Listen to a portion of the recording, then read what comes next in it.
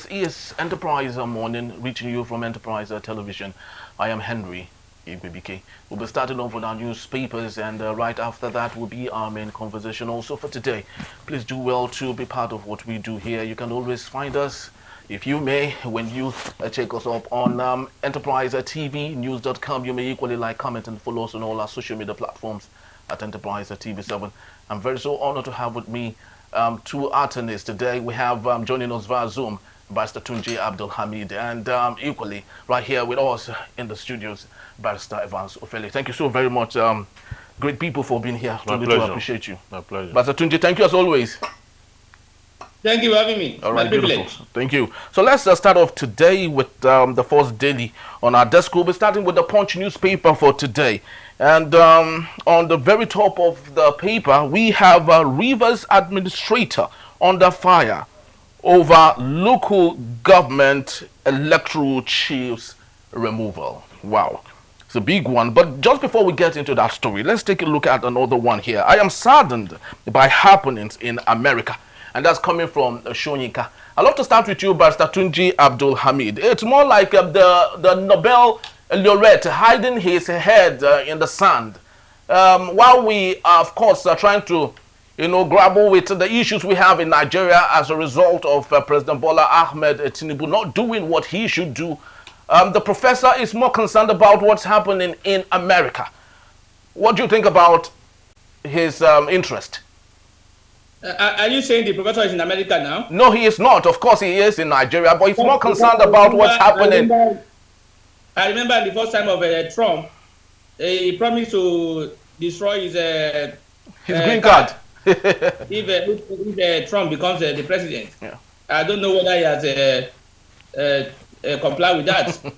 But you see, that's what you see when you don't have what to say again, or when you are out of when you don't have anything to say, or what you are expecting is not what you are seeing. The Nobel laureate had consistently tactically supported this administration in the beginning.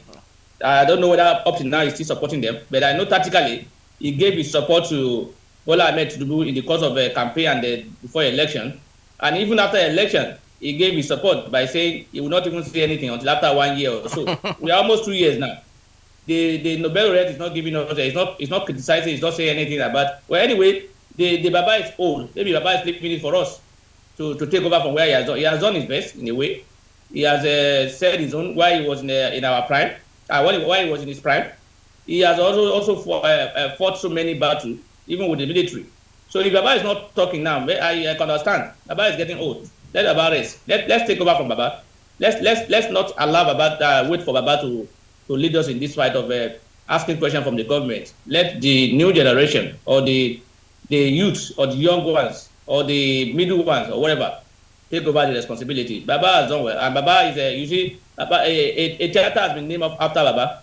So do you want Baba to? And you remember what a former spokesperson said: when you are eating, you don't talk. It's a bad table manner. So Baba has tried to adopt a very statesman's approach, elderly approach. Therefore, Baba has tried to keep quiet and look at the thing and look elsewhere where they are doing their own thing in their own way. Baba don't want to intervene in this because Baba is already part of it. Indirectly has been settled in a way. He has been given a name. So many things has been done for him. So I will not blame Baba. Please, let's just focus and let's those of us who still have a long way to go. Baba still also has a long way to go. I'm not saying so, but I'm saying Baba has done his best. Let Baba rest and let us continue from where he stopped. Well, it's an opinion, and but most importantly, as an opinion leader, very large one. Barrister Tunji was very satirical, at the same time ironical with what he's saying here. Yeah. Baba is too old. Let's allow Baba to rest. But Baba has enough time to talk about issues in America, miles away from here. Why would Baba concentrate on issues we have here? It's not. You cannot force a man to make comments, even if you have following. He's not a minister. He's not the president. He's not the governor. All the fights, he's a playwright. He used to be a lecturer, a professor. So he has huge following. I think it is his prerogative to decide whether he wants to speak on issues or not. And if he's speaking on issues outside the country, I don't think we should hold him to ransom for speaking based on. He used to be a resident of the United States. Okay, so he has interest over there. Not all the persons who have huge following like him have that. Some of them are not resident in the U.S. or countries outside Africa. So this is his prerogative. I don't think he can speak on whatever he wants to speak on, and it's his opinion. And his opinion can either be taken or discarded. It's not somebody who is not a spokesman of the country, whom we should teleguide what he says and not say. It's not in this government either. Recently, he spoke about this government in very bad light. He didn't like what is going on right now, even though he has supported the government before. And it's natural to, if you are supporting the government and the government is not doing well, to either become indifferent or to practically criticize them. That's where he is right now. It's quite maybe for some of us who adore Shoyinka, for some of us who grew up reading his texts, recommended texts, and some of us who literally want to be like him. I'm not in the position to ever criticize Shoyinka on anything. I cannot because I do not see him in the light that many persons see him, and then people talk like he's a president or like he's the one that brought us to where we are now, or like he's also suffering from the same. He's most disappointed as every one of us. His colleague Chinua Achebe, before he died, wrote The Problem with Nigeria, and before his demise he wrote There Was a Country. They too, they are all disappointed. Many of them are disappointed about where the country is. Many of them died unhappy. Okay, because they know where the country was and they know where it is now as at the time there. So it is his prerogative. I do not see why it should become even news, or why it should even become a subject of discourse. I don't see any reason. I don't. All right, let's just leave it at that. As much as he said during Muhammadu Buhari's era, a man he wasn't very satisfied about, he rather would keep his sanity. Of course, maintaining quietness on the issues of Muhammadu Buhari. But who knows? Maybe he's equally maintaining that status for his very good friend, Bola Ahmed Tinubu. But from one Baba to another, Barrister, let's take a look at this other one. No increase in my physical assets after presidency. And that's coming from Buhari. So he's saying he's actually maintaining himself from the money he makes from renting his houses.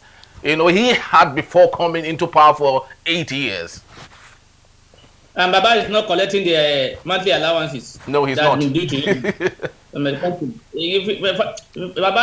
let's leave Baba from one Baba, leaving one Baba to another. You see, Nigeria, if you want to maintain your sanity in Nigeria, you better not draw yourself into all these issues, particularly these Babas.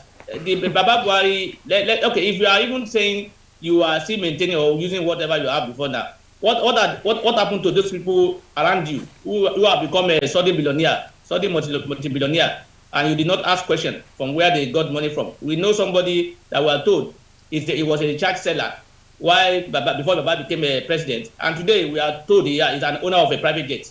Baba is not asking question about that. Baba can be whatever he is, but they even be staying in one room apartment. That does not mean Baba does not. How about his children? How about his wives? How about the opportunity he gave them to make money from somewhere that I'm not talking about even money that's been paid directly to them. Even the office of the first lady that is not known to our law, that money has been assigned to it.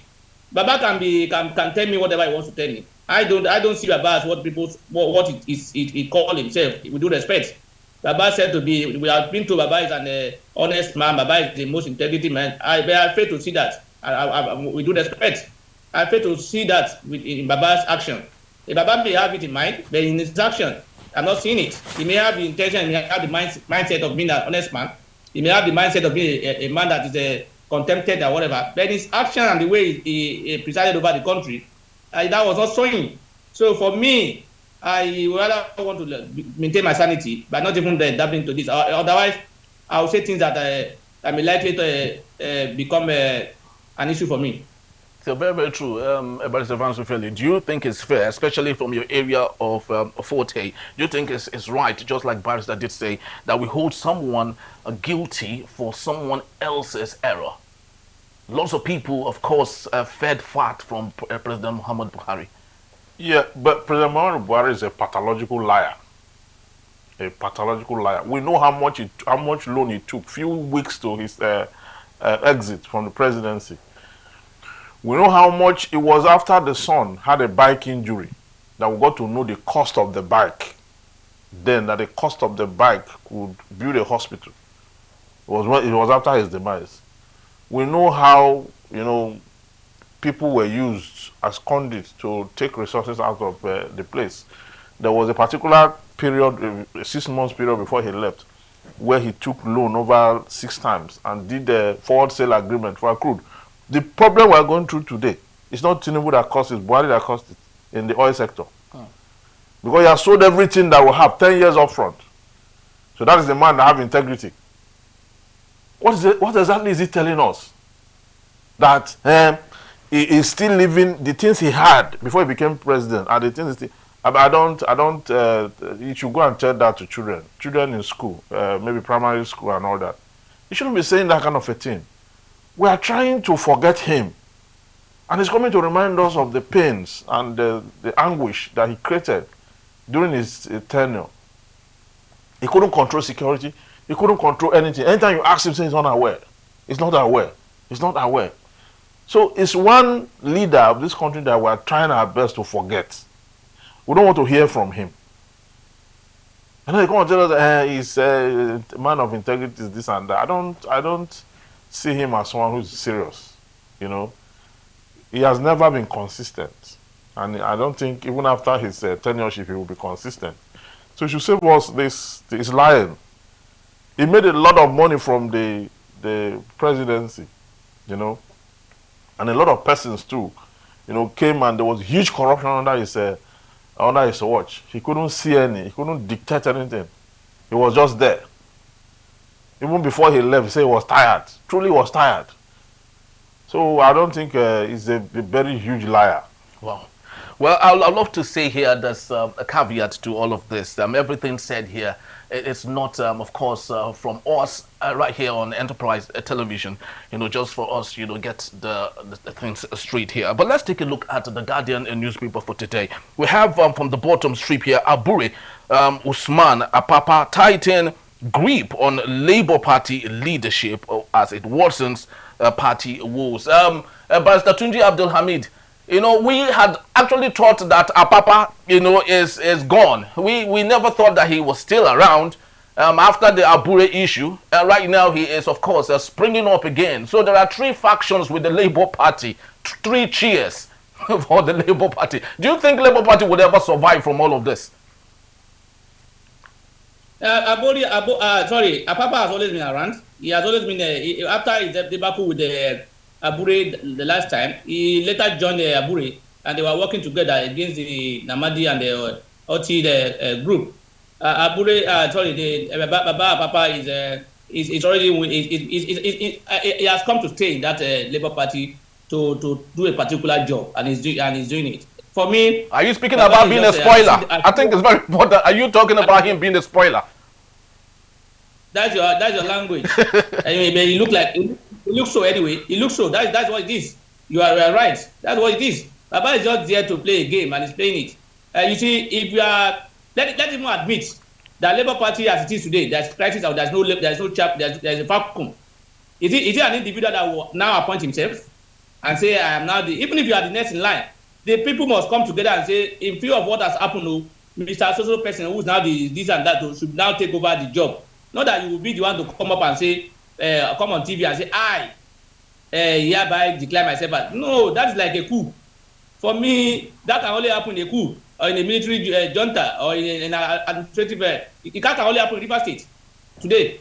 So for me, the Baba Apapa is just there. I'm telling you, you can see for those who are doubting before now that the crisis in PDP, crisis in Labour Party are being sponsored. You can now see that we are seeing the angle. The angle is clear now, and that's I tell you that crisis will continue. And I will also blame the court. I'll blame the court. The court is not doing enough here. Like I said, I think it wasn't here or somewhere else. I said that, look, I know that the Supreme Court may be consistent with their position regarding will not interfere in internal affairs of the party.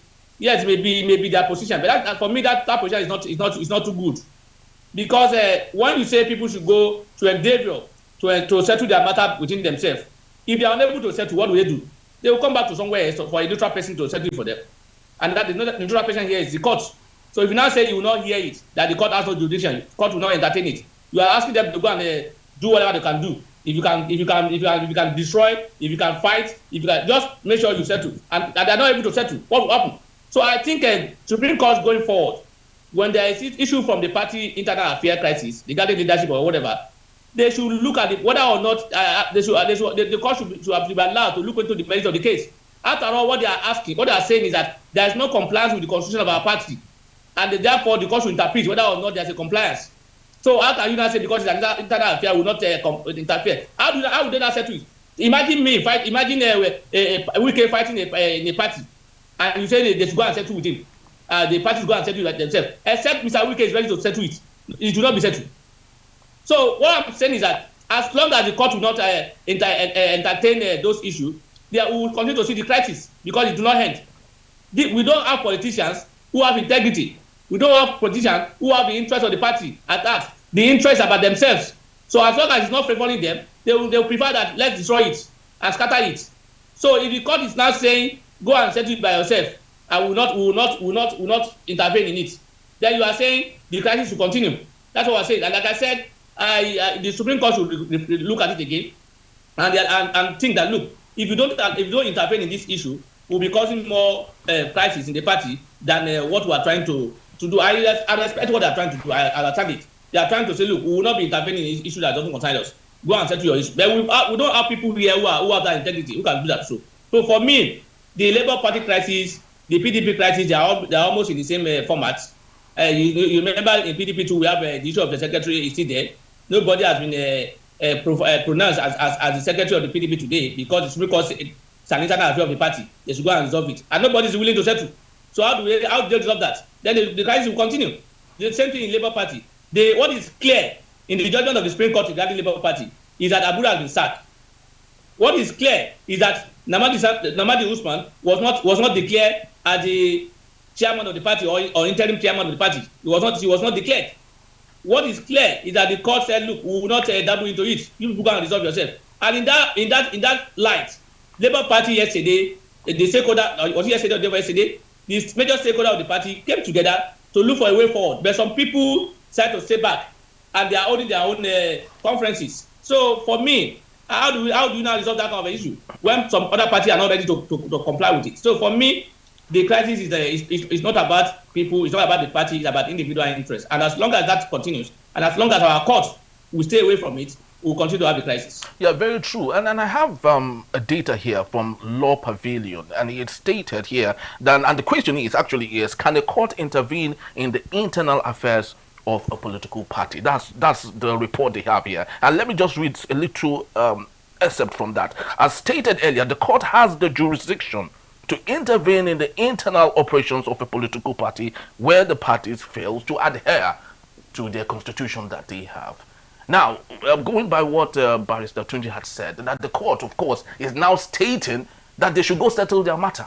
Why is the court... What you are reading in Law Pavilion, yes, you need to first of all know whether it's a case that was reported of the Supreme Court or of the Court of Appeal, or of which court reported that in the Law Pavilion, because it's law report they actually, yes, and maybe sometimes they write articles.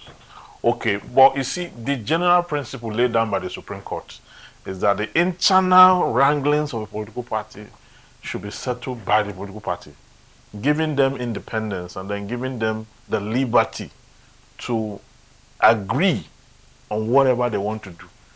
Because remember, if the court will only give judgment, iron cast, look at what is right, what is wrong. And if the court gives judgment with the internal workings, sometimes those judgments might be counterproductive. The people might decide not to work with the person whom you understand me. So it's more political party is more like an association, a family matter. oriented. No, it's like it's more of it works better if they settle their problems than for the court to be throwing, decisions, and making. And you see what the Supreme Court said, because a lot of people have been interpreting this labor case issue. Some people say they don't understand what the Supreme Court did. Some people say that the Supreme Court did not give any decision. It just talk, and hang everything. That's why I disagree. When a court of law says that, the Supreme Court said it clearly that Abure's tenure of office has expired. He completely knocked Abure off. Then he said the appeal by Usman hereby succeeds. When you say an appeal succeeds, you need to go and read the proceedings and see what the prayers were there. You understand? The court did not say Usman is now the chairman or whoever is the chairman. You understand? But he asked the issues. You understand? Now, giving them an opportunity to go back and have their convention or whatever and put things right. That's exactly what they're supposed to do. Now, what Abure is doing currently is contempt of court. Somebody should bring a contempt proceeding against Abure and other parallel wings that are doing the same thing. Let the National Working Committee of the party take a decision on the party's affair. And it's unfortunate that a political party like Labour Party that have a governor, if a political party have a governor, it's not a small party. Very well. I don't know whether they are seeing that. It's not a small party. You are a big player. You have a governor. You have members of the National Assembly. You have it low the number. You have members of the House of Assembly. You have councillors. You have local government chairmen across the country. You are a big political party. Almost even bigger than SDP. Yes. In terms Very of well, yeah. in terms of participation. Participation. Very And well. they've been there far long as much as you are. So why can't the National Working Committee of the party build on that? Then you now have someone like Peter Obi with a very good will, with a tendency to even clinch power at the center. You have him. You are messing around. Because Peter Obi gave that party the providence we have today. Yes. We know where they were before. Mimiko used to be a governor in that party. At that time, they also had strides. Okay? So, but now, you see have at least a governor that is even listening and willing, that is even collaborating with the party, calling the party together. What you should do is to build on that. That is providence. That is strong enough. That can even be the third force we're looking for. But how possible can that be? Given the example of President Ebele Jonathan, who said that when a man is pretending to sleep, it's difficult to wake him up. Now, don't you think don't you think the likes of Apapa and Abure are all pretending to be asleep? So waking them up is a problem. Well, let me the Apapa and the Abure have been the bane of that political party. They've been the one working and crop purpose, working against the party itself. That is why when people say that they are planted there by opposition party, if I agree with them, I don't think I've done anything wrong. Because every time, day and night, they are working tirelessly to ensure that the party does not rise. In the name of leadership. I am the leader, I will dictate that. So the Supreme Court have given us a lease of life. Having said that, because that judgment emanated from the Supreme Court, the political party itself, their legal team should constitute and bring, a contempt proceeding against him. Because it's going against what the Supreme Court pronounced. So that contempt proceeding will tame him because he will be called to come and show cause. After which, if he not, he will be committed to prison. Because there's a judgment is flouting. Okay, there's a decision. Can I ask a question? Yes, please do. Can I ask a question? Please do. Let me take over the job of Harry. Yes, please do. Sorry. Yeah, of course, do. Yeah. Everyone is saying they should come together and then fight contempt. The question is, who is the party here? The National Working Committee. Even the legal advisor, I think I'm not even sure they have one legal advisor now, because Apapa group and the Abure group, they are claiming they have a legal advisor with them. The other people should also have their own legal advisor. That's why I say, you see, it is a normal process for them. It is an issue, party issue should be solved by themselves. But in a situation whereby you have people who are not ready, who are not willing, who just want to do their own thing the way they want to do it. Now here, if you say party now, the OT and the big group, they will come together yesterday, they will say they are the party. Abure will come together somewhere, they say we are the party. The Apapa will go somewhere at their own meeting, they say they are the party. Which one are we going to follow? When the court has not said this is the actual leadership of the party, how do we determine which one to accept? That is what the problem is. There will be different division, and everybody will be taking his own decision. So which one will you now attain as the party decision? Because you cannot lay claim to say Obi and Amadi Sembo position now are the correct one because the party have a national working committee. There's a national committee. Where are they? There's a national one. They are divided. Even if they are divided, must have the chairman of the party must be part of it. The some of the members, the deputy national chairman or whatever, and other advisors, they are all divided. They are not in one position. So how do we come together? The Abure is coming. The Lamida Apapa, you can see what he did yesterday now. Came up and say, I am not the chairman. When they were resolving one, they not be able to resolve. He came and added his own to it, making it 3. So for me, the position you are saying that the position of the Supreme Court, I'm not saying it's not good. It's the normal position, but that can only apply, and that can only be the best position in a situation whereby we have politicians who are not bent on their own thing, on doing things on their own way, where they have a rule and they follow it, or where the constitution of the party is supreme. In Nigeria, party constitution is not supreme. Individuals are the law. Just like what we are having in our country today now, where in River State now, we now have another law. Because even in the military regime, the military, they have a decree through which they rule. River State, what is the law that's governing them? There is no law. The law is the law for the president. Whatever the president says, that is the law. So for me, we are in a country where things are not done the normal way. So and that's why the problem of go and resolve it by yourself. Who are the parties now? That's the problem. Who are the parties? Dispute must come to an end. Even if they are divided, dispute must come to an end. Even if they are divided. Even if they are divided, a fashion can file a suit. Okay. The fashion that can resolve it is the court by saying this is the chairman of the party, this is the leader of the party. By virtue of what I see in my front, by virtue of the position of you have laid before me, by virtue of your law. This is my interpretation of the law, and in that regard, this one. Yes, I agree. I agree that the court must make a consequential order to straighten things. Okay, but not until this contempt proceeding is filed, because we know that Abure clearly it's not qualified to. Yes, because you said sorry. Who will file it and against who? That's what I'm telling you now. Who is filing it? That's what I'm telling you. Any of the fashion, apart from the fashion of Abure, can file. In what capacity? In what capacity will in the capacity of the party? In the capacity of the party. The capacity of the party can Lamida Apapa, of course, who is Lamida Apapa is out of it. The Peter Obi OT fashion, Namadi Sambo fashion, can file that suit to correct this. Because if you don't file a suit, okay, for contempt, because the suit now is that you are telling the Supreme Court that you want its judgment preserved. The judgment already delivered should be preserved and obeyed and respected. The dignity of the court is important. We don't take it to the mud. Then in that contempt proceedings, you can ask for orders. You can ask for for the court to make a direction or to give a directive on the court will do that. The court will do that. Because it's a particular situation. In contempt proceeding, the court cannot go beyond contempt. Yes, the court cannot go beyond. The court cannot go beyond contempt. But contempt proceeding you are talking about it's going to be how contempt is, and that's why it's difficult in the idea to have anybody convicted for contempt. It's very difficult. I know. It's not an easy thing to do.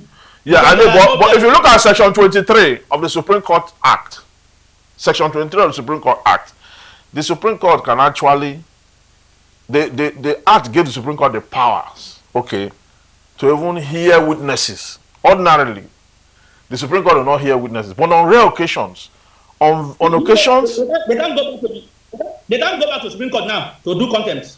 They can't go to the High Court because the Supreme Court has said they have no jurisdiction. So no, but they can go to the federal High Court. The court said the federal court has no jurisdiction to entertain the issue that has to do with the internal affairs of the party. Okay, that's the previous judgment. But when there's a dispute, the Supreme Court said the Court of Appeal does not have jurisdiction. The Supreme Court said the Court of Appeal does not have jurisdiction, not the Federal High Court. Both of them.